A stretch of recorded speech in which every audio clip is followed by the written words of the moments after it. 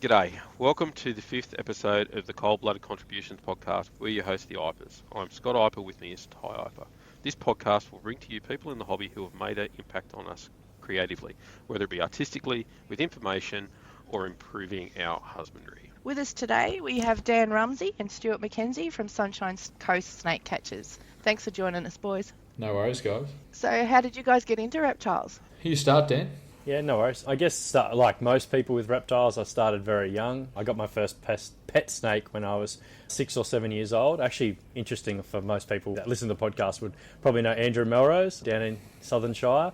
I actually bought my first pet snake off Andrew when I was a little kid. Started going to all like the Herp Society meetings down at Wollongong, and it just kind of carried on from there, keeping reptiles at home. And then obviously professionally working in zoos as a reptile keeper for a long time, and now working for Stu. But it started young and it hasn't really stopped, so that's kind of where I come from. Yeah, I was very similar in the fact that it started young. My family was very into camping and outdoorsy sort of activities early on. I just remember as a kid chasing lizards in the sand dunes every time we went camping, and my first pets were actually two shingleback lizards, which I've actually still got one. It's nearly 30 years old, which is pretty cool. And then, like Dan, went into the zoo industry and then went into snake catching. How long have you guys been snake catching? Oh, God, we're all doing it. I can't. Nobody can talk tonight. No. How long have you guys been snake catching? You could probably go, Stu. You're the more experienced professional snake catcher. I started the zoo, that was probably about 13 years ago. I found out about snake catching off a few of the reptile keepers there who did it as a hobby. And then essentially, yeah, it's probably been 10 or 11 years now that I've been snake catching. Obviously at the start, it was very much a hobby, 1 or 2 jobs a month. I wouldn't even call them jobs, it was more just a bit of fun after work, going out and relocating a snake for someone. But over the years it got busier and busier, and now, as you know, it's turned into a full-time job for many of us, which is kind of cool. What zoo was that, mate? Australia Zoo. So right, okay. That's actually where Dan and I met way back in the day. Different times. So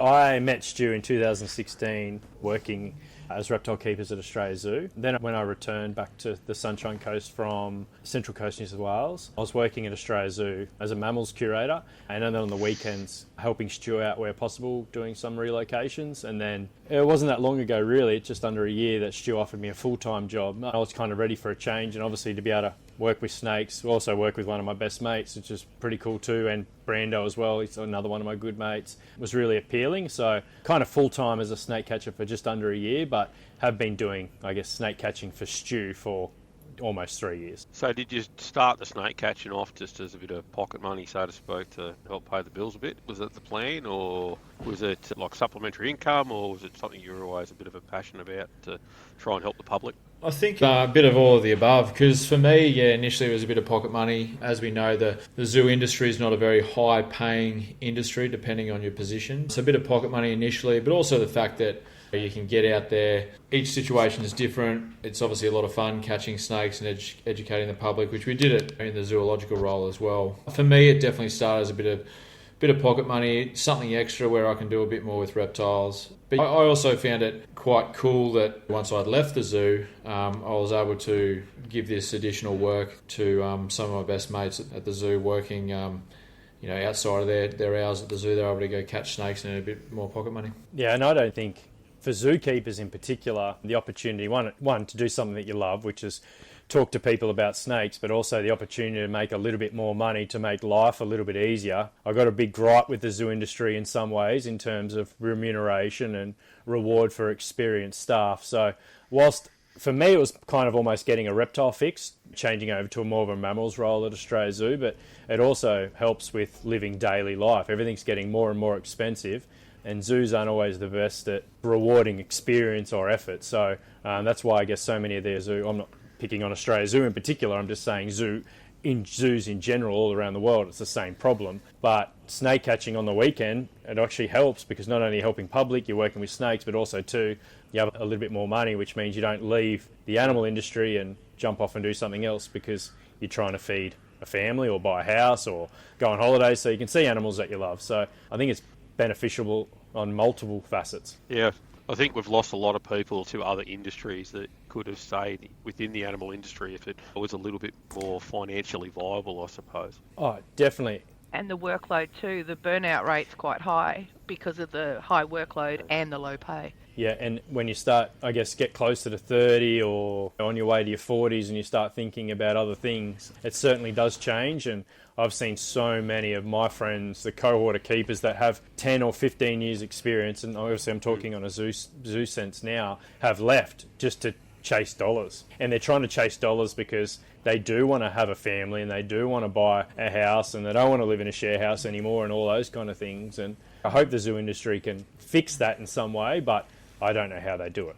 I think you made a good point in the fact that the zoo industry definitely does promote hard work. And for me, owning the business, it's certainly something that I've been more than happy to employ contractors who are from the zoo industry because I know they know what hard work is. They've been under the pump for little money, and I know that if I bring them on as a snake catcher, they're going to go out in these jobs, and it's obviously not a lot of work most of the time, but they get a nice little reward. They're going to do a good job for me. I think too, the volleys, because you've got so many volleys in the zoo industry as well, you've got people there that are literally happy to work for nothing for a little bit of experience with animals and all the rest of it. I'm not knocking the volleys either, and I think the volleys do certainly help get things across the line. But because there is this voluntary set of staff and labour in the zoo industry, I think at times that can be exploited. Yeah, and people that work with animals sometimes are very guilty themselves by saying you do it for love. You still need money. At the end of the day, love can only take you so far in life. Yeah, definitely. So we shouldn't use that, and I think sometimes we're all guilty of that. And you hear it, I go to conferences and they're like, oh, I just do it for the love. I'm like, yeah, let's see how you feel about that in 10 years when you're still living in a share house. Yeah. You'll want that money. And zoos and the animal industry itself needs to look at it. So, like, why let 10, 15, 20-year keepers or experts leave over 10, 15 grand? Because that's all it is. And then you're putting on kids that don't know anything, and it's just a backwards kind of system. Just reward the people that have done it, reward that excellence and that skill, and you'll have much happier staff and people that will stick around, that can just walk past an exhibit and see something's wrong with that snake. You know what I mean? It's just, you can't teach that. That only comes from experience. And that's where it's actually a false cost or a false saving when you're saving $15,000 a year because you're not employing somebody at a higher level, because you want that junior person to come in because he's $15,000, $20,000 a year cheaper. But he doesn't see those things, or she doesn't see those things that the more experienced keeper is going to see. So the saving is actually probably a bit of a falsehood anyway. Oh, I agree 100%. And from many of the long conversations I've had with many people, that's a kind of the mark we're talking about, 15, 20 grand difference between them coming or going. Is it really that much in a business sense? And can you not find ways to find that resource to give to that person? But I think people are stuck in the old ways. And as you said before, Scott, it's that attitude of, oh, well, people will volunteer, so someone will always take your job. Yeah, someone will, but they're not very good. So, yeah. Yeah. And it might also be the difference between having, say, 15 staff and having 12 staff. You know, if you've got 15 newbies versus 12 professionals, that's the saving right there. All of us work with venomous snakes, right? You add that whole risk factor to it, and then when you actually apply a workplace health and safety lens across it, you're saving $15,000 a year that might end up costing you $250,000 or more in regards to insurance and the other side of it, litigation. So, you know. Anyway, we've completely sort of taken a bit of a sideways thing here. So yeah, Ty, do you want to get us back on track? Because I'm good at taking us off it. Oh no, I've never seen Dan off on a tangent like that before. I was quite happy. Yeah, I'm off the leash a little bit these days. You are, aren't you? And I just want to say, I have a great relationship with the people at every zoo that I've worked at. And I'm not necessarily even talking about my career, because I've been incredibly blessed and incredibly lucky. I've had a great career and I still love the industry so much. I'm talking about the many discussions I have with so many of my friends that are in similar positions, maybe with their experience, but maybe have not had the same opportunities or rewards that I've had. And I had heaps, especially at the reptile park. So I'm not necessarily saying that I've experienced those, but just talking to my friends, 100%, that's how they feel. And we have the same sort of people with same sort of, I guess, problems. So yeah, it is widespread. We've seen it across the globe. Institutions in Europe and America and all the rest of it, as well as in Australia. It's really across the board. It's not restricted to one place, that's for sure. Stu, how long has it taken you to build the business into what it is now? You said you started about 13 years ago.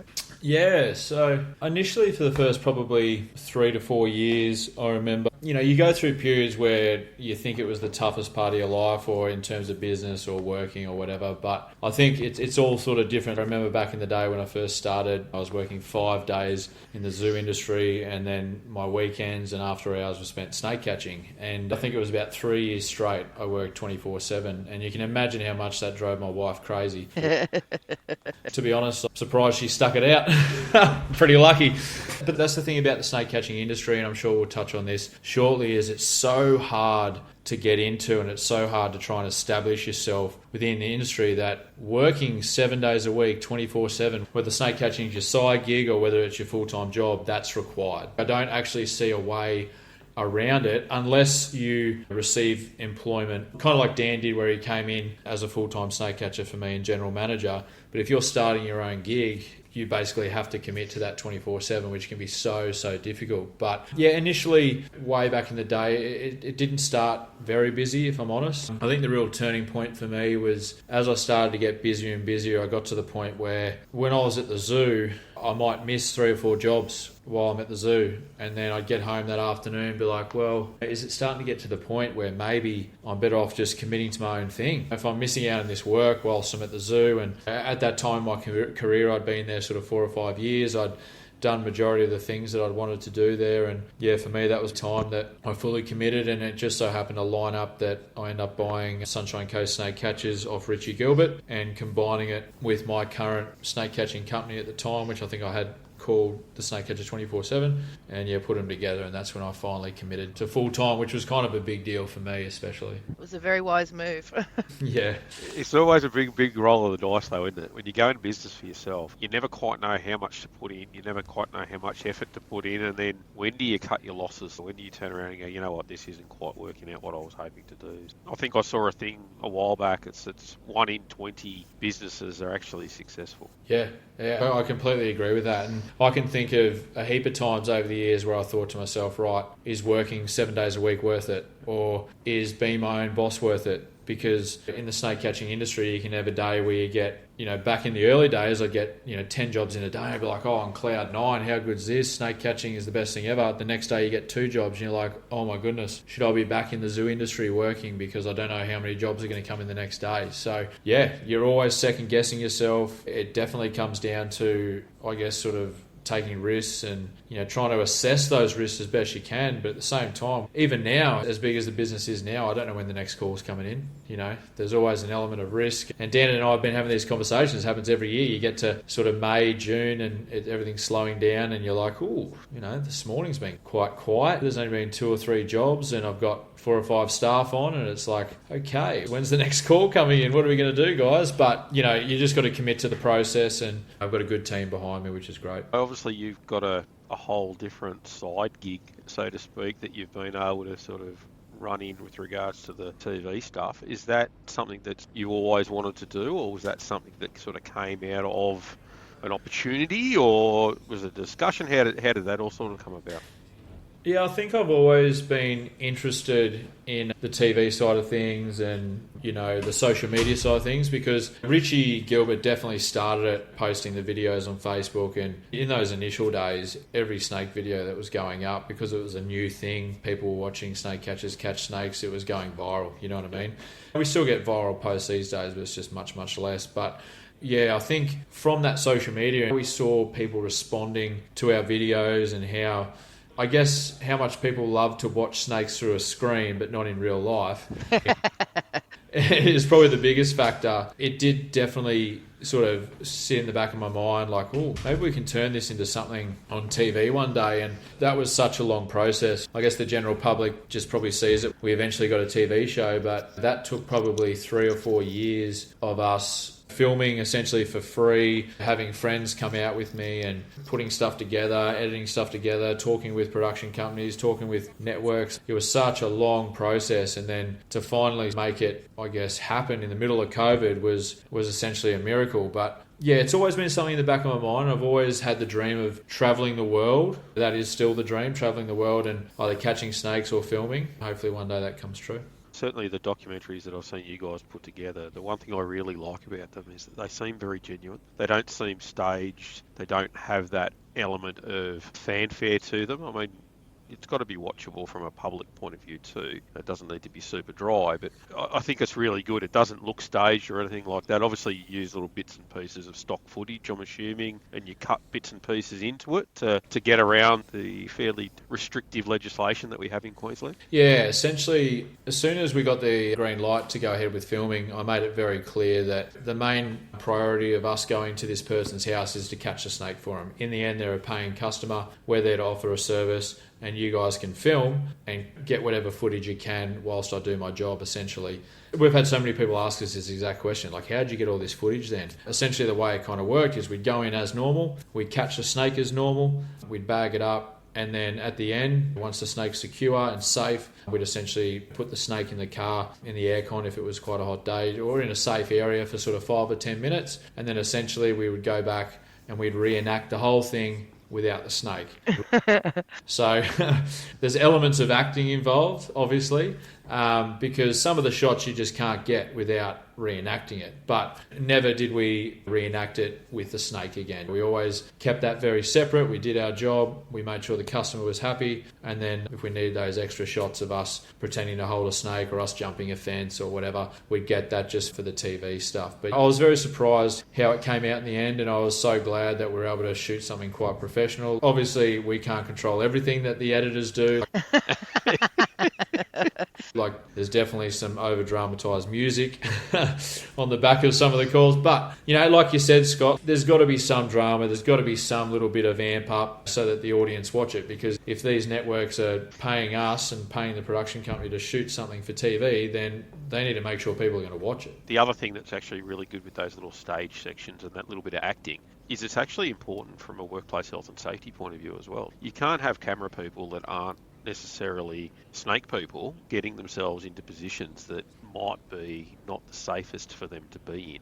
And you're reducing their risk by filming those areas without the snake involved at all. It's actually a big risk reduction. Yeah, 100%. But don't get me wrong, there was a couple of times that you try and be as safe as possible. A few come to mind when we were releasing brown snakes, where we were releasing it back into the bush and the camera guys are 10 metres off each side in completely safe areas, and all of a sudden the brown snake decides to go over to one of them and curl around his leg.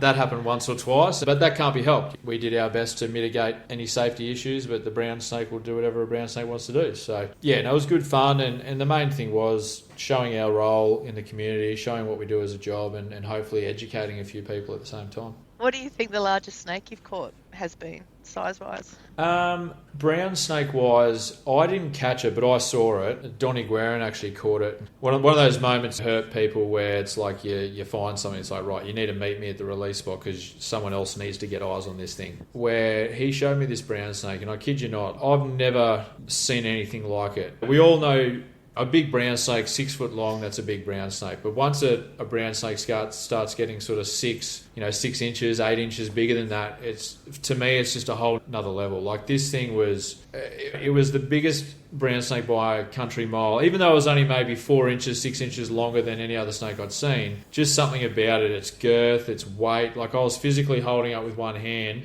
in agony because it was so heavy. So that's probably the biggest brown snake I've seen, and maybe the biggest snake I've caught locally is a carpet python, which I think measured in around 3.4 metres. And a lot of people say, me included, that a lot of the big carpet pythons are gentle giants, but this thing was probably one of the angriest snakes I've ever met. I pulled him out of a garden, and he just consistently striked at me until he couldn't strike anymore. But he was hands down one of the biggest snakes I've ever seen. So was that a big male? Yeah. It was huge, big head on it. It was quite girthy, but just angry. I don't know, he just woke up on the wrong side of the bed. Or maybe he'd been caught, 10 times before by snake catchers over the last 15 years and was sick of being handled. So. It's funny, you talk about brown snakes over 6 foot. I've caught about 1,000 brown snakes now over the years. I've never caught one that's met 6 foot yet. I've got two at 5'10" and one at 5'11". I've never got a 6 footer yet. Yeah, I'll have to send you the photo. Because... Oh, please. Oh, I'm not saying that they don't get above 6 foot. I'm just saying that the amount of times that people go, this is a 6-footer, and you get to it and it's like, mate, that's not 6 foot long, eh? Oh, I think it's like the old fishing story. Every time you tell it, it just gets that little bit bigger. And I think it's the same for snakes. Like every day, oh, the carpet python was started at one end of the road and went all the way to the other side of the road. And I'm like, yeah, but you're on a 6-lane highway. That's not possible. Everybody knows Stu loves a bit of force perception, but at the same time, no, this thing was a giant. Yeah, I'll definitely send you the photos and like you said, there's so many snakes between that sort of 5.5 foot mark, and they're big. You know, it's a big brown snake, but this thing was just an animal. So I wonder why, I don't know what you guys think, but why do you think people overestimate the size of snakes? But it's so true. I just remember one day at the reptile park, I was talking to an older fella and he was telling me about this diamond python that he's seen, and he said, I had to be at least 4 metres. And I was like, oh, mate, I've seen, like you said, Scott, thousands of them and nothing anywhere near that, probably just half at best. And he's like, no, definitely. And then his son tapped him on the shoulder and said, you know what, Dad? He's seen more than you, so I'm going to believe him. And I thought, you beauty.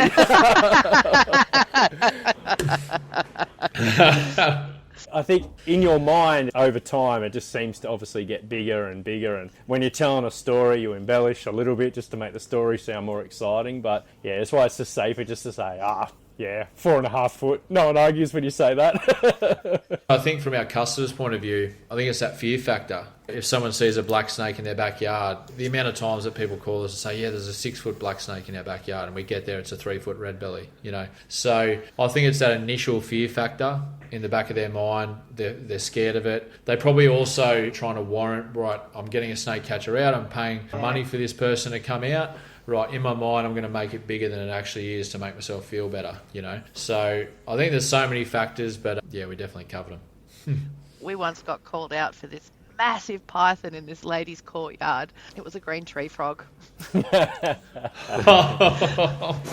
Just in fairness, right? All they could see was just the head, just the eyes sticking out of the downpipe. Yeah. But I love those call-outs, right? Because they'd sort of turn around and they say to you, oh, what are you going to do? And I said, well, there's nothing for me to do here, I don't like moving snakes out of people's houses at the best of times. It's personally why we don't do relocations these days, because for us, the science, for the most part, suggests that you should probably try and leave them where they are as much as possible.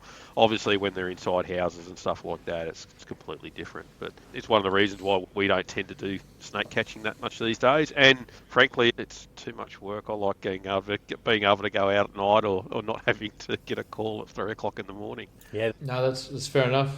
When do we go out at night? We ride a lot. Nothing, 3 a.m. phone calls. There's nothing enjoyable about that. Especially when they're like, oh, I saw a snake 6 months ago. I just wanted to ask you about it. Yeah. Yeah, nice. Cool.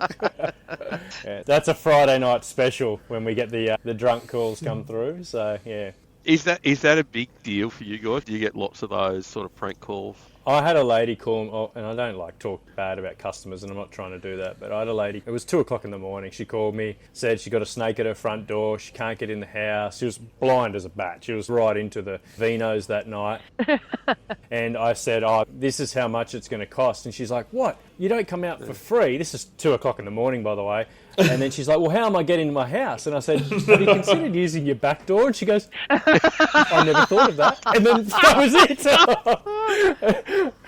it. So I solved her problem for her at 2 o'clock in the morning. But yeah, she wasn't very happy about someone having to pay to come out at that time to help her with the situation. But I managed to help her in some way anyway. I think that's a bit of lunacy, isn't it? The one thing I've always explained to people is that if you had a burst water main in your house and there was water going everywhere, you don't expect the plumber to turn up for free. But they will happily pay for a service like that. That's the big difference. Yeah, so I suppose this is the thing. And I wonder, do you think that there's some issues that some councils in some places pay for the snake catchers to do their job? Do you think that's a challenge in the industry out there, or...? Yes and no. From what I've heard with the council-based stuff, it's so hard because I've heard that can be very unreliable as well. if you're getting paid by the council and you're guaranteed a wage every week, and if someone rings up and says, I saw a snake half an hour ago, can you come out and look for it? You're going to convince them as best you possibly can to not even worry about it. Or if they can't send you a photo, if they can't see it at the time, then you're just going to say, no, I'm not going anywhere without you watching it. And it sort of also, it puts no pressure on the person calling as well. Have they actually seen a snake? Are they doing their best to keep an eye on it? I personally agree with, if it's in your house, if it's on your property, you should be responsible for paying for it. Just because, in my mind, it puts that ownership on the person. And it also encourages them, like you said, to possibly leave the snake there as well, because you've got to pay for it. Like, is there ways that you can learn to live alongside wildlife? Or if you have that genuine fear, or if there's construction, if there's pets, if there's kids, if there's all these factors where I believe that snakes should be relocated, then yeah, let's pay for it and get a professional out. I also think it falls back to the idea that animal people will do anything for free, whether it's rescue, rehab, work in a zoo. Yep. It's no different from snake catching, because it's an animal-related job that's not a pest, roaches, rodents and stuff like that. I think people just have it in their mind that, yeah, these guys would happily drive around 365 days a year, 24 hours a day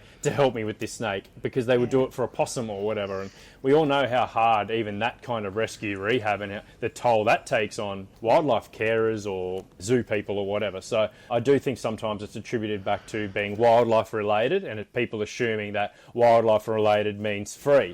But I don't look at a brand new hurt book and think I'm going to get that for free just because it's written about snakes. I know I'm going to have to pay for it, but I've been in the animal industry long enough to know that. But I think people on the outside just think that we all just love fluffy bunnies and drive around and we'll do whatever we can to save trees and kangaroos and turtles. Maybe if we won Lotto, we might be able to do that or something like that, but none of us are winning Lotto this week. Yeah. And I'm sure all of us would. We all love animals that much. If you could just do it all day for free and not worry, you wouldn't worry about sleep and stuff, but you still need to pay the bills, unfortunately. What's been your most memorable catch, guys? My most memorable's Thai. Oh, right answer. Oh, you've said that on her birthday too. That's so cute.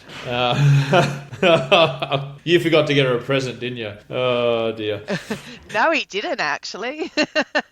Most memorable catch. For me, there's probably two that stand out, and they probably came down to the difficulty of the situation. The first one was, I say 6 foot, but it was probably 5.5 foot eastern brown snake that kept going under a raised pool. So this pool was built out of the ground probably 2.5, 3 metres, and I'd already gone to this house twice. And every time I tried to sneak around the back of this concrete pool, come around the corner, the snake would see me in its basking spot and then shoot under the concrete slab. And I tried digging it out. I was shoving that yellow tongue stuff that the Sparkies use down underneath the slab and trying to flush it out. Nothing. Couldn't get it. So in the end, I decided that the next time it came out, and this is pretty silly when I look back at it because I hadn't had that much experience at the time with brown snakes, but I end up going Mission Impossible and jumping off the side of the pool and landing next to the snake and then grabbing it, and it actually worked really well, and it was one of my favourite moments ever, the fact that I was able to catch it. It wasn't probably the greatest wrangle, I was keeping it off the ground, but at the time I just didn't even care, to be honest. I'd caught the snake, it was the third visit, and I got it in the bag and the customers were happy. So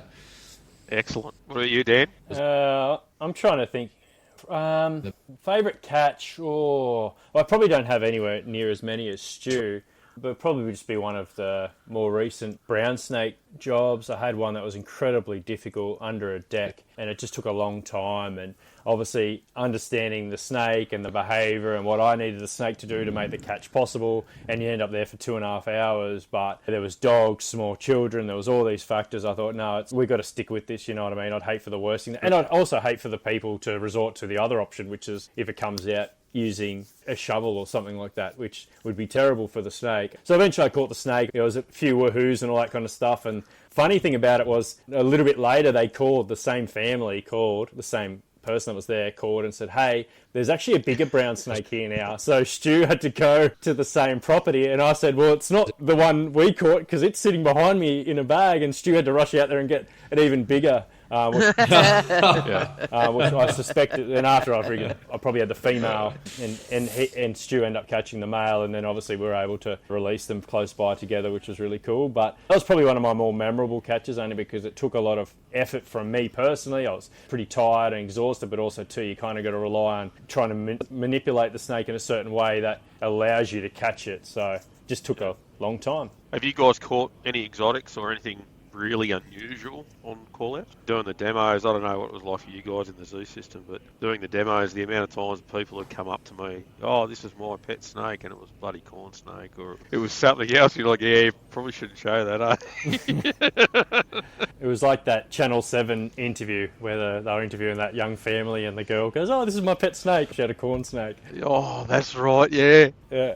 I think it was Channel 7 anyway. There was a big uproar about it because everyone jumped on it, and you're kind of like, oh, well, it's just a young girl. She doesn't know any better. And yeah, but the amount of people that go, oh, yeah, I've got corn snakes, and rah, and you're like, oh, yeah, cool. Keep that to yourself. I've seen corn snakes before once or twice. We regularly get called out to native pet snakes, you know, your jungles, your bredli. What else have we caught, Dan? Yeah, I've never seen a boa here. They obviously pop up down in Sydney quite regularly. There was that boa on the Gold Coast that was released by the coppers. That they caught it on the spit, and they went and released the boa. It's like, oh yeah, that's a bit of a problem. That's right. Yeah, it's pretty nuts, the amount of stuff that does turn up like that. So. And I still don't understand the appeal. If I could keep small tortoises at home, I love the tortoises, but Australia's already blessed with this massive, diverse collection of reptiles that we can keep in a captive sense, and then people still want to have a red-tailed boa. I just don't really get that. We've got so many cool, unique animals. There was that obsession with veiled chameleons for a long time, and some of our gametes and stuff are so cool. I don't really get it, but it's almost like that American-style attitude, because over there you can have whatever you want. We're trying to bring that to here, to Australia. Yeah, I think the grass is greener on the other side of the fence. I think it's probably you want what you can't have. But you can't even show people. It's like you've got to secretly show your mates and make sure no one puts a photo up on Instagram. It's like you can't even show it off, really, you know? Yeah. And don't fall out with those mates either. No, that's the other thing too, because they keep those photos, they'll bite you. Whether the snake poo's come from a boa or it's come from a carpet python, the snake poo is still the same snake. Exactly. In your opinion, what's the most crucial personality trait someone would need to work in your industry and thrive? I probably can't put it down to one personality trait, but you could definitely say hardworking, because I think hardworking takes in a lot of traits, whether it's that commitment to 24/7. I think the hardest thing for me when I was building the business is when you go out for dinner and the phone would ring. Every single time. Every single time you want to do something that doesn't involve work, the phone would ring. And I guess that's where you have to have that personality where it's like, right, I need to commit to this 100%. That doesn't matter what I'm doing, doesn't matter how important it is, I need to drop everything I'm doing and go and catch that snake, because that's what I've committed to. So I think hardworking and committed are probably the two key words that I can think of off the cuff. One thing I'm not used to, and I'm still getting used to it, I guess, is I can work hard, but I'm used to working hard from 6 in the morning till 6 at night. And I've always worked in the zoo industry. I always worked on my weekends doing stuff. I always worked after hours, but you kind of pick and choose outside of your work hours how much more you want to put in. Whereas obviously this industry, you might finally walk in the door after a massive day, and then as soon as you walk in the door, you've just taken your shoes off. Like the other day, I got home to have a shower, and then the phone rang, and I'm like, are you kidding? I'm on the back of a 14, 15-hour day, and that happens. And those little moments, because you understand that it's what you're doing is important and all that, but you do feel like, can I just have a shower? All I took from that was Dan takes phone calls starkers. It's not as simple on the weekend as like, oh, I'm just going to go to the shops for a few hours, because you know you've got to have your snake bag and all these things, and if you get a call, you can run out and you're only this far away. So getting used to that. I guess what Stu's saying is the committed side of things is pretty important to being successful and being able to adapt to a 24-hour-a-day lifestyle. If you like your sleep, which I 100% do, it is not the industry for you. And it's the thing that I probably struggle with the most, because I like sleep. And another thing for Dan is if he's ever had a quiet day on the jobs, he can just go to the gym and guaranteed he'll get a job as he walks in. Who do you guys admire most in your professional circles? And who was your mentor? I think for me, who sort of helped me out a lot initially and was definitely a mentor was probably the previous owner of this business, Richie Gilbert. So I did a lot with Richie early on. At the time, back in the day, there was obviously a lot of the old school snake catchers who'd been around for decades, but social media wasn't really a thing. So I think Richie was probably the first one to capture the social media aspect of snake catching and really put it on show. So yeah, Richie definitely helped a lot, and he's still a part of the business. He does the odd job, especially if it's only 5 minutes away. Hey Richie, if you're listening. But he still loves getting involved every now and then. I think for Richie too, like Dan said, after doing it for a decade like he did, the sleep and the family time and the interruption just got too much. He takes a good photo too. Doesn't mind getting out there, taking photos. Yeah, he does. Oh, if I could have Richie's hair, there'd be a lot of things I'd do to have Richie's hair. And I think just like an idol of mine, like this is pretty cliche, but I think Steve Irwin for me was big growing up, working at the zoo as well, everything he's about. It's certainly not something I try and mimic in what I do, but it's always in the back of your mind, the way he was able to connect with the public. If I could do that 10% of what he did, that'd be amazing. Dan? Oh, such a hard question because I don't want to go on too long, but I've had probably mainly in my zoo career, I guess, because that's where I spent so much time in. I was very lucky to be around some really good mentors. I think of someone like Michael McFadden, and initially just talking to him and realising how much I didn't know about reptiles after a quick conversation with him. And then someone like Matt Radnich, who's the owner and general manager of Symbio Wildlife Park. He was incredibly influential on my career and my life, gave me my first zookeeping job, which really set me on the, trajectory that I am now. Someone like Tim Faulkner at Australian Reptile Park, someone I've spent a lot of time with, and again, very much a tribute where I am to people like that. And yeah, I've been lucky. I've had good mentors. I've had people that have really pushed me really, really hard as well, expected a lot from me, but also too understood that I probably am a little bit different sometimes and being understanding of some of my goods and my bad traits. But yeah, I've been very lucky. And to be honest, I take a lot of inspiration off a lot of my friends. I just see some of the cool stuff. Like if I think of someone like Jared Prangle, who you guys would know from Symbio, like the things he's done. I remember when we were both starting as volunteers together, and I remember having conversations with him about starting conservation projects and what he's done down at Symbio with the team, and like it's pretty incredible. So I take a lot of inspiration too from even some of my closest cohorts. So I think that's pretty special too. Yeah, certainly Jared's kicking off that stuff with the grassland Eels Dragons now, and he's doing the frog stuff as well, and Jake Meaney and all those guys are just so easy to get along with, and they're like this new young crop coming through of really influential herpos in the zoo scene. It's great to see. Yeah, and someone like Jake, someone that's so knowledgeable, but I always like people that are genuinely nice people, and I think he's one of those. I try and stick to people that are like that. There's a lot of people that know a lot of stuff, but some of them, they don't act like they know a lot. They're just so nice. And yeah, Jake's definitely one of those. And I talked to Jake. I reckon I sent him 15 messages today. He's replied with about 2 or 3. Sorry, I was working, Stu, but I like to talk to... Nice recovery. Yeah. When anything pops up reptile-wise, it's good to talk to Jake about it, that's for sure. And trust me, every book that comes through on the website, guys, me and Jake are straight onto it. Clearly.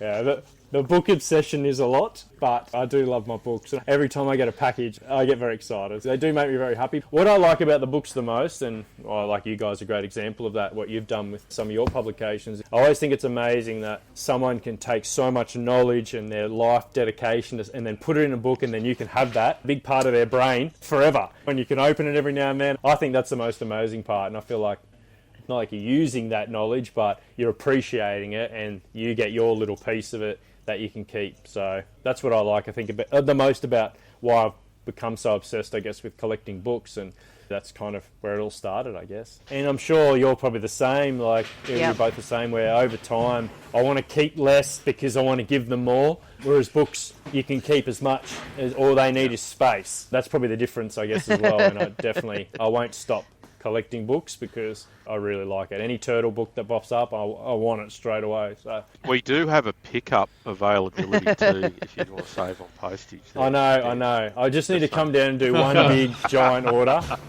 and stop using postage. Actually, come down and I'll throw a barbecue on. I'm sure it'll be worth our while.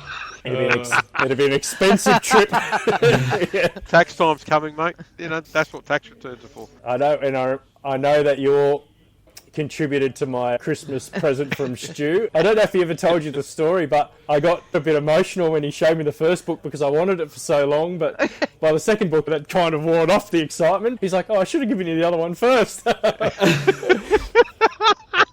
Yeah. What makes you feel alive besides getting new books? Oh, whenever the Dragons win. They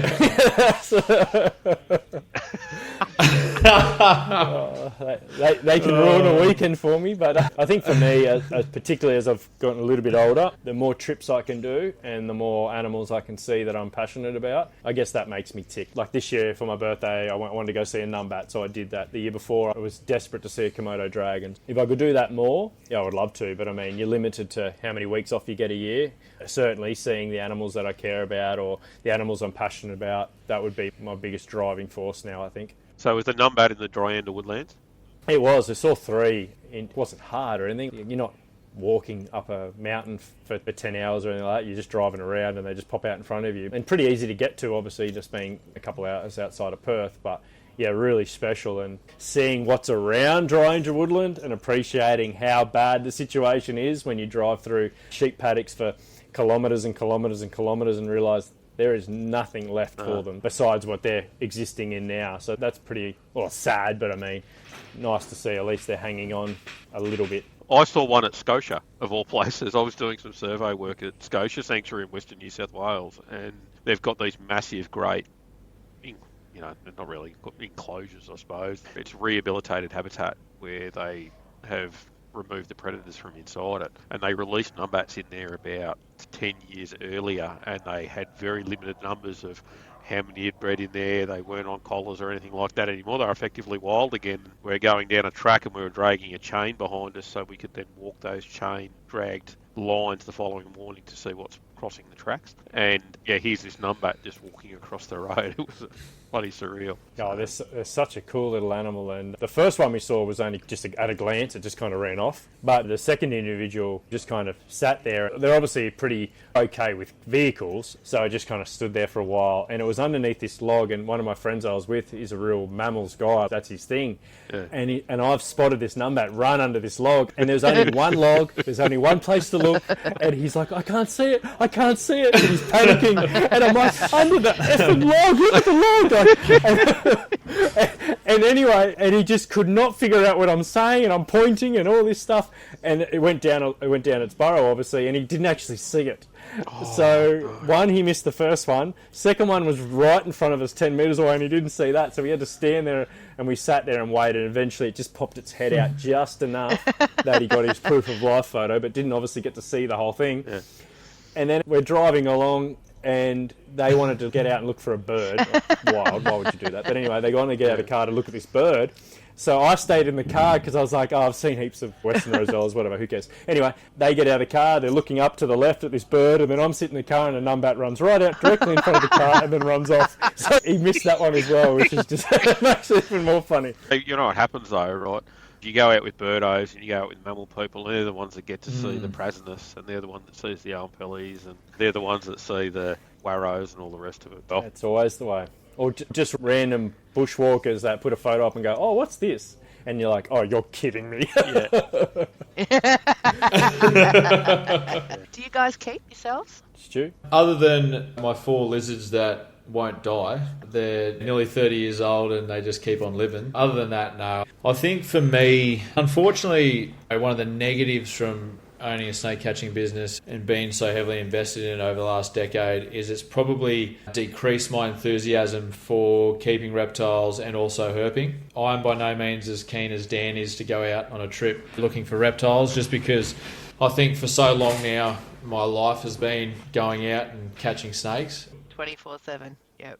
Yeah, I still really enjoy going on trips. Like I went to the Komodo Islands and Indo with Dan last year, which was amazing. But I think once these lizards move on to the next life, I don't think I'll be keeping any more.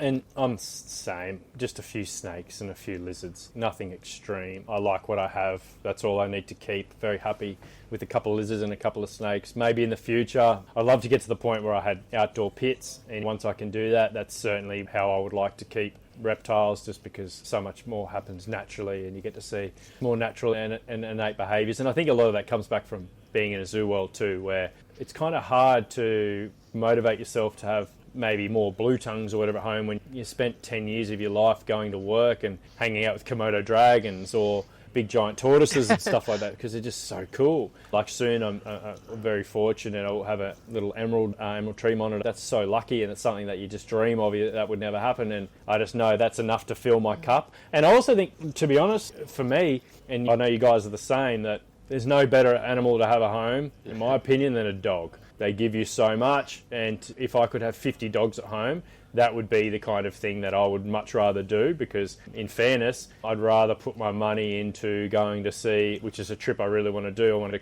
go to Costa Rica and see an eyelash viper. That would mean much more to me probably than keeping a whole bunch of stuff at home. And plus I can't afford more reptiles at home because of my book balance. So I'm following that path. So would you say that would be your favourite herp trip that you want to do, is a Costa Rica trip? Yeah, it would be up there. Definitely. Central South America's a region that I haven't ventured to yet. But I've still got this dream of managing to see a Gila and Eastern Diamondback rattlesnake in the same trip. So getting back to Arizona, obviously because I tried so hard for Gila in 2000 and I can't remember what year it was. It was a while ago when I went away with my mate Josh Hatton, and an Eastern Diamondback, because they're two species that and I know I bought those hats off you guys recently, but they're species that I haven't seen, that I put so much effort into, and obviously the financial aspect too of travelling and looking for something. So to do that in one trip would mean the world. But I guess the big trip that I really want to do is I want to see the giant tortoises on the Galapagos. If I could only do one more trip and that's it, that's your last trip, I would pick that in a heartbeat. So Ecuador / Galapagos. Ecuador, Galapagos would be the number one. It's just the financial side of things, but hopefully I'll be able to do it in the next couple of years, because that would just be a dream. I think it'd be pretty emotional just to be there. Obviously, not just because I work with Galapagos tortoises and spent so much time with them, but I mean, what a place in this world to go and see, and not just the tortoises, but all the other reptiles and obviously the bird life. It would be pretty amazing, I think. Yeah, it'd be good to do some of the volley work. You can do volley work there on the Galapagos and actually get a bit of hands-on with some of those tortoises and do some counts and stuff like that, which would be pretty cool as well. Oh, definitely. You know, we bagged the volleys before, and here we are. We could do it ourselves. Yeah. What about yourself, Stu? I know you said you're not big on herping, but surely there's something out there that you wouldn't mind seeing in the scrub. Oh, there's definitely some overseas stuff. Ever since I was a kid, the green anaconda, I would love to see one of those in the wild. But I think, and Dan would be the same, because we've talked about it a little bit over the last few months, but seeing a black mamba in the wild and getting your hands on the end of one of those that'd be an absolute highlight for me. Yeah, they're probably the two main ones. I think probably the black mamba is number one, just because of the respect it draws. And I know that we deal with highly venomous snakes quite regularly, but I feel like that thing would just be on another level. So Fair enough. Well, I certainly would like to see all of those things and many more.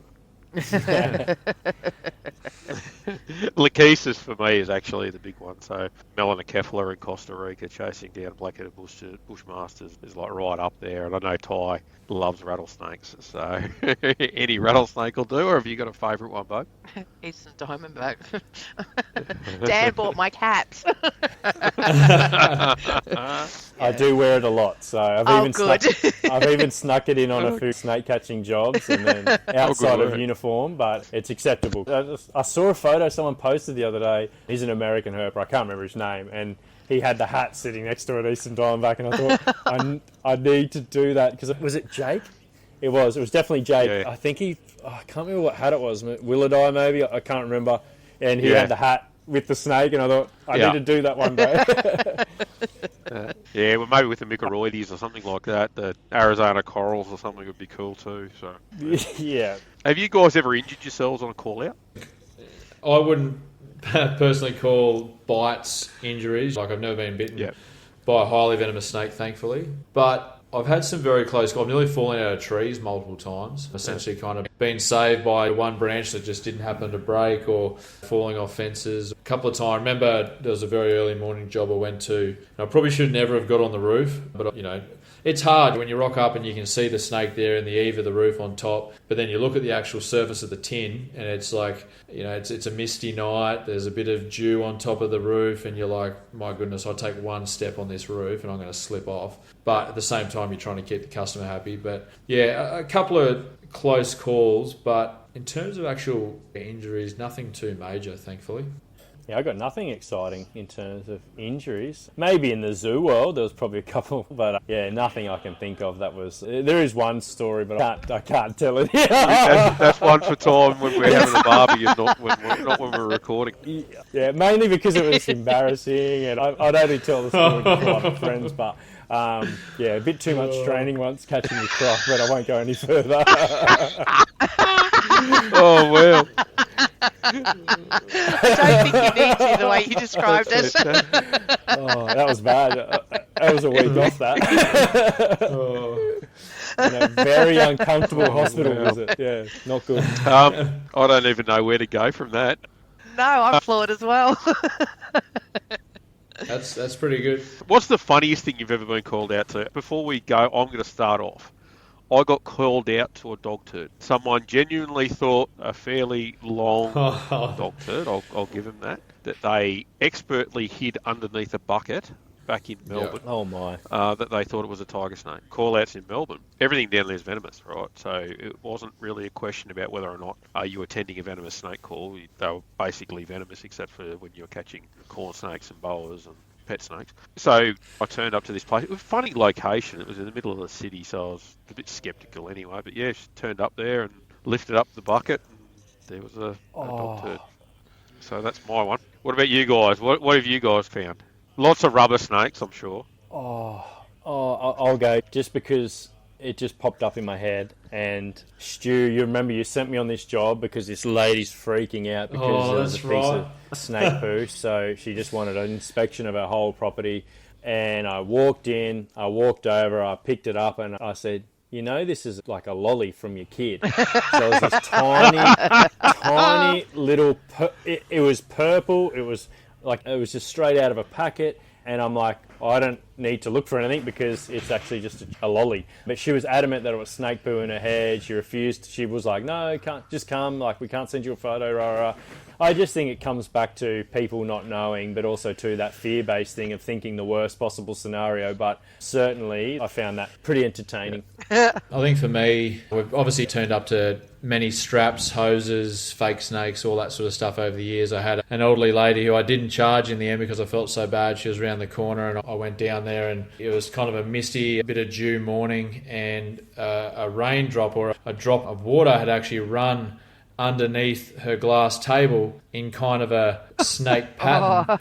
So when you look on top, all you saw was this perfect sort of line, and I was just like, oh my goodness. But I think the best one was we got the call for the old death adder, which happens quite regularly. I've only ever seen one death adder on the sunny coast, but we rushed up there and it was inside in the lounge room. And you get these customers where you rock up and rather than just going through the front door and taking you to the lounge room, they'll be like, oh no, come around the back of the house and look through this tiny little window where we've been looking through, and I want you to see it from there first. When we're peering through this kind of like glass stained window and I see this shadow underneath this coffee table, and she's like, yeah, it's a death adder. I'm like, righto. And I even think we were filming that day, so we put a fair bit of effort in to go up there, and we walk in and it was the lady's handbag underneath the coffee table. And you should have seen the look on her husband's face. Oh my goodness, he was absolutely putrid about it. He was furious. He's just paid all this money for us to drive up the mountain to come and catch a handbag. So, well, in fairness, it could have been made from a snake. Well, that's true. Blue tongues are a massive one, I guess. Not funny, but how often people... And we actually had that today where a lady was adamant she had a big brown snake, and you get there and it's a juvenile blue tongue. But that happens a lot. And I guess when their legs are kind of tucked in and they're actually moving quite quickly, I can understand it. But yeah, that still happens a fair bit. And you're like, all right, so I'm just going to leave that there now. See ya. They just say the head as it sticks outside a stormwater pipe, or the tail as it's going in, Yep. Yep. How do you guys balance life and work? I think for me, it's gotten better over the years, except for probably the last 6 months, as Dan will confirm. I decided to take on a huge project, renovating a house outside of work, which has turned into something that's probably double the size of what we thought it was going to be. Thankfully, Dan's been around to run the business while I've been away for a bit. But yeah, I guess for me, the fact that I can now have a weekend is huge. For so long, didn't have a weekend. Whenever we try to do something, my wife and I, we'd get interrupted by snake calls. Actually, probably the best story I've got for that is we've been planning to go out for dinner, and this is around the time where still working as a zookeeper, didn't have a lot of money. Snake calls were still few and far between. Like, yeah, we're going to go out for dinner, treat ourselves. And on the way to this dinner, got a snake call. It's like, oh, well, I haven't been getting many, so let's go to that. Got to that snake call. As we literally jump in the car to start heading back to the dinner, got another snake call. And then that basically repeated itself again, a third snake call in a row. So we left for this dinner at like 5:30, and by this time it's 8:30 at night after 3 back-to-back jobs. And just the look on my wife's face, she looked at me and there was a few swear words, but she basically said, take me home. You know, take me home. We're not going out for dinner. But yeah, the biggest thing for me is probably being able to have that weekend, being able to not have the phones. Dan will attest to this. The hardest thing about our job, I reckon, other than the 24/7 aspect, is just the phone calls. It is relentless. In busy times, it is honestly relentless. And without actually being in the office with us and experiencing a day where you get 50 to 60 phone calls and you're trying to organise jobs, you're dealing with people, it's honestly relentless. So we try and balance that amongst us all and share the phones around so that everybody gets a bit of downtime, everybody gets a night where they can sleep, hopefully. Yeah, having your weekend's important. So that's how you sort of find that mental balance out there for people and getting that rest. Oh, 100%. I know I was very close to burning out back when I was doing it 6-7 days a week and not having a lot of help. It can quickly get to you. And there was a time, even for Dan, when I can't remember what month it was, Dan, when I think I was away in the Philippines for a wedding, and it was essentially Dan running the business. He had help from Heather and other snake catchers, but he was essentially taking all the responsibility with the phones, and it takes a massive toll. When all you want to do is just rest and the phone rings. And you've always got to be on. You don't know what that phone call is going to be. You don't know if it's... And this happens with us. You don't know if it's going to be someone who's just been bitten by a snake and they've chosen to call you before they call an ambulance. So we always have to be on. We always have to be ready to answer questions, and we always have to be ready to go. I think that's one thing that people that haven't done it before, it's hard to get your head around. It's not only that you're always got to be on, but then you can't drink during that time. You can't plan anything because effectively whatever you plan is definitely going to go up in bloody smoke. Yeah. Your car's got to be reliable 100% of the time too. Yeah. And then half the time you're dealing with people that it's some of the most important stuff that they've had to deal with, where it might be routine and mundane to us as people that have done it before. It's not necessarily something that's routine and mundane to them. And in some cases, they genuinely feel that their life is in threat. Yeah, 100%. Like it.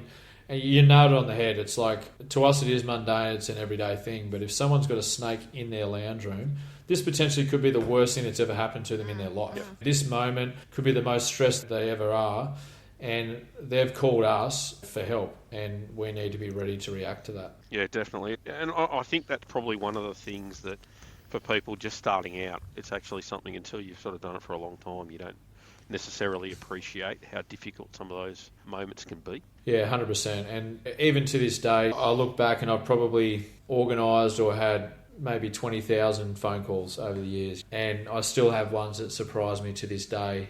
Every person's going to react different. Majority of the population don't like snakes. So when you're even trying to convince someone who saw a snake yesterday that it's probably not there or there's no need to panic, it's near impossible. And I think that's where snake catchers will always play a role in the community. Yep.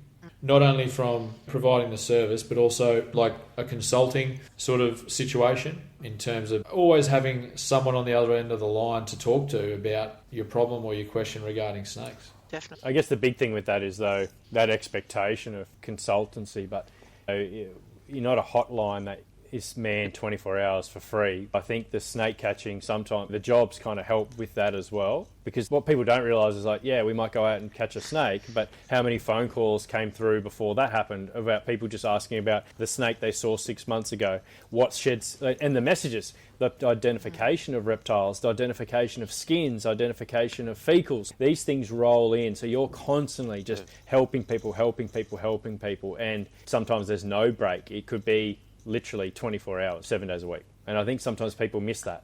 I don't think there's a snake catcher out there that doesn't offer like a free ID service. I think every snake catcher, certainly every snake catcher that I know over the years, has certainly, they all get text messages, they all get exactly what you're saying, and I don't know anyone that's charged for it. But you get that phone call at 3 a.m, you've had bugger all sleep, but you've gone to sleep. So you're fuzzy as hell, and then someone's on the line and they're hysterical, and you've got to focus, and you've got to be with it instantly. It's hard. Yeah, definitely. Yeah, 100%. And it's getting better. Like, we still obviously have people who, as we touched on before, that think our service is free or aren't happy about the prices. But people have got to remember that call-out fee that we charge is not really just for that call-out. It's helping cover the other 10 phone calls that we take that day, the other 20 Facebook messages that we respond to that day, the people on Instagram who are expecting us to reply ASAP for their identification. It all adds up, and it's all a part of enabling us to be available 24/7 to offer the service. I think that's the other thing. I know we've spoken about it previously on our social media, and so have you guys, where there's all these hidden costs in regards to snake catching. It's not just the call out to catch the snake, but then it's also getting to the call out, it's leaving the call out, it's doing the paperwork, it's finding the release site, it's doing the release, and all of those things cost money, and they all cost time, as well as upkeep on the vehicles, upkeep on yourselves, uniforms, equipment, Insurance. public liability. There's so much to it that is not just in call out, and it's all going to get paid for by those call out fees.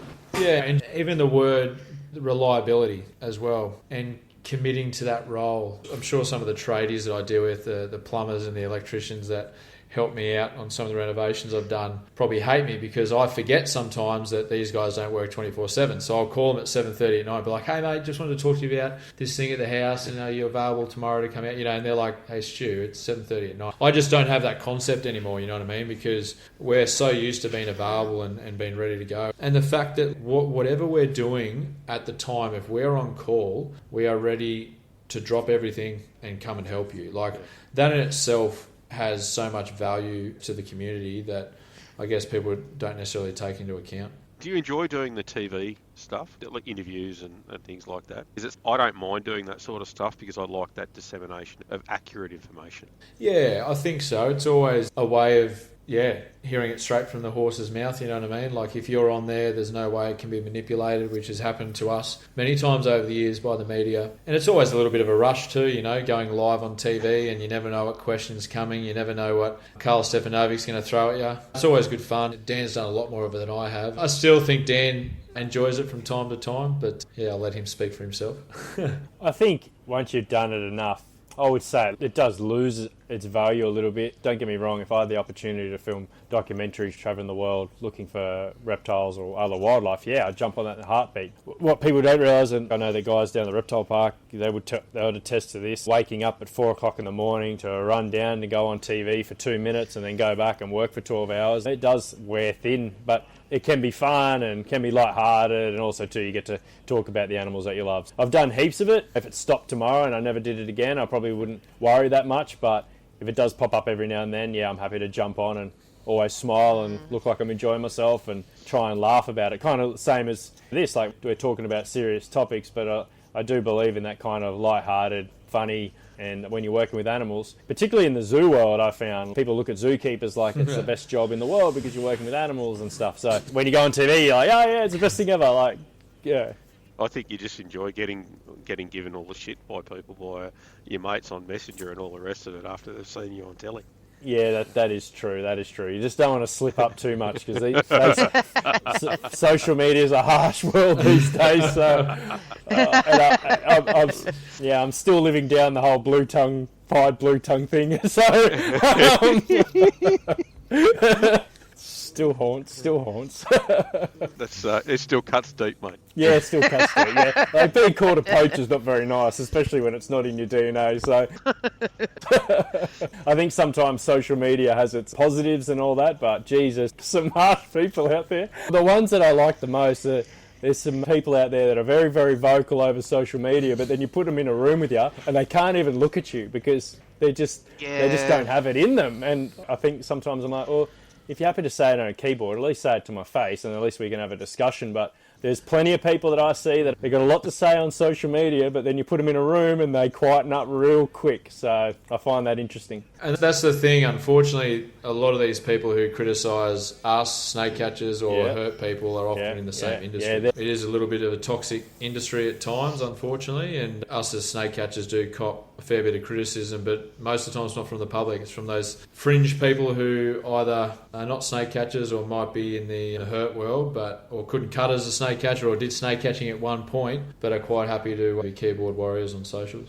Oh, and it's much easier just to be nice. At the end of the day, there's probably conversations I might have behind the scenes sometimes, but I think some people put every thought they ever have on Facebook, and I don't think that's the best way to be because it can come across and be quite hurtful. Bullying on social media, it's a big thing, and I always think, would you say it to my face? That's the big thing, because most of the time you know that they wouldn't, and I don't respect that very much at all, to be honest. I suppose that sort of leads on. We've got a bit of a closeout question that we talk about, and I'm sure that you guys probably have, but have you guys witnessed or experienced misogyny in your careers? And in your opinion, what could be done to stamp it out?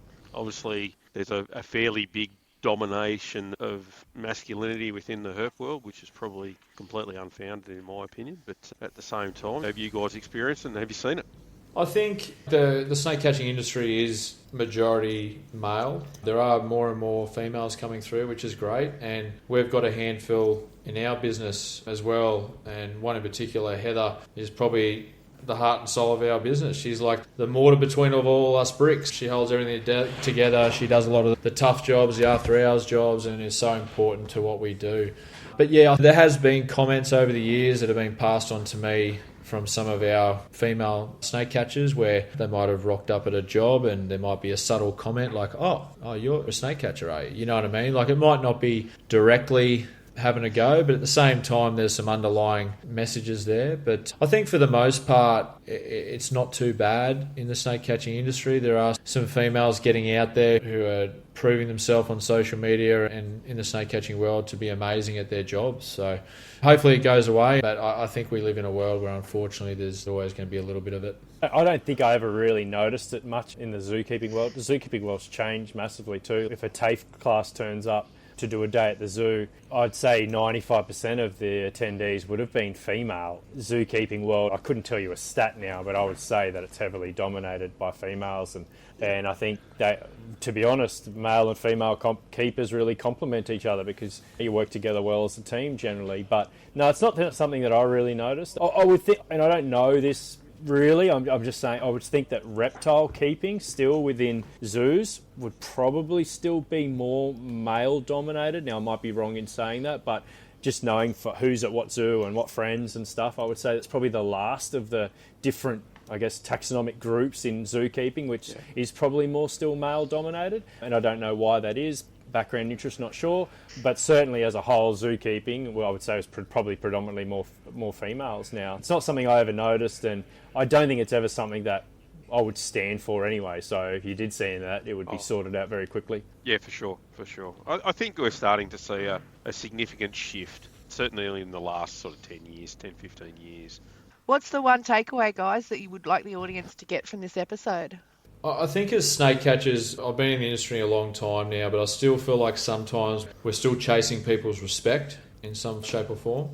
So hopefully people have maybe understood a little bit more about what we do, I guess the important role that we play. I think, yes, in a perfect world, we'd all love to live alongside wildlife and have everybody happy with a snake in their backyard, but unfortunately, we live in far from a perfect world, and snake catchers 100% play a pretty vital role in our community, especially with the amount of confrontations that happen per day, which would probably blow a lot of people's minds. But yeah, I guess just hopefully people have gained a little bit more understanding of what we do and what we're about. Yeah, hopefully they can learn a little bit from us and what we do on social media as well. Yeah, and I probably agree wholeheartedly with what Stu said. I certainly noticed a difference in terms of what Stu talking about, the respecting. I guess snake catchers is very different. I can see that from even what I was doing previously, not necessarily directed at me, just the industry as a whole. But I also think that's why snake catchers too should try and maintain a really professional attitude, not just in the way they present themselves and the way they talk to customers, but also sometimes the way they talk on social media and talk about snakes or reptiles in general. So I feel like if we want the respect, then as a whole, as an industry, we do still need to earn a little bit. And sometimes you see things and you're like, oh, well, no wonder no one respects us when you carry on like that. So I certainly think snake catchers have a long way to go in some areas, but I also think that people got a greater appreciation, as Stu said, for what we provide as a service all the time. I think it really is important. So, yeah. But it will change. Like, it does get better, and I think Stu's helped, and people like Richie Gilbert, and I know some of the old crew, someone like Andrew Melrose, I still talk to him now, like it's someone that's been around forever, but there's probably other people that don't necessarily always hold up those really high standards, and that's where it can fall down a little bit. I started catching snakes out of houses in the 90s, and there's been a significant change in the amount of people that are quick to say go and hit it over the head with a shovel to these days. I think that you hear more people turning around and saying call a snake catcher as opposed to hit it over the head with a shovel or get out the 410 and shoot it. I certainly think that as a whole, I think the public are becoming more educated and they're more willing to utilise the services of a professional and not put themselves at risk trying to catch or kill the snake themselves, which is great. But I still think we've got a long way to go, and I think behaving professionally across the board is an important thing, whether you're talking to clients or other snake catchers. Definitely. Yeah, definitely. 100%. Is there anything we haven't covered that you would like to get out before we close? Oh, there's lots of things I want to get out, but that's probably for the barbecue as well. But no,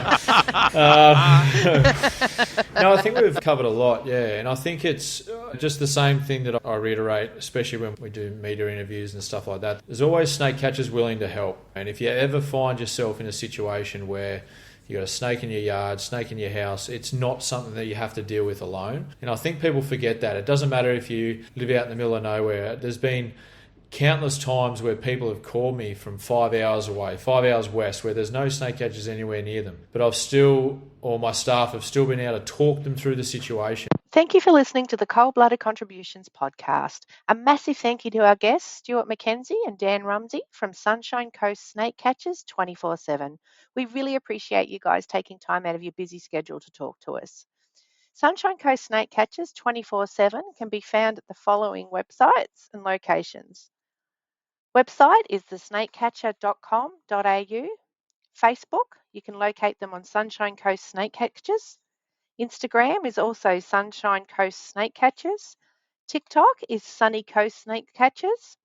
YouTube, Sunshine Coast Snake Catchers. And Dan can be found on Zookeeper Dan on Instagram. Usually we'll be releasing our podcast monthly, so make sure you follow us so you don't miss out on an episode. Give the Cold-Blooded Contributions podcast a like on Facebook so you don't miss any updates, giveaways, or guest announcements. The links discussed in today's podcast will be in the show notes. And remember, always trust your creativity. It's intelligence having fun.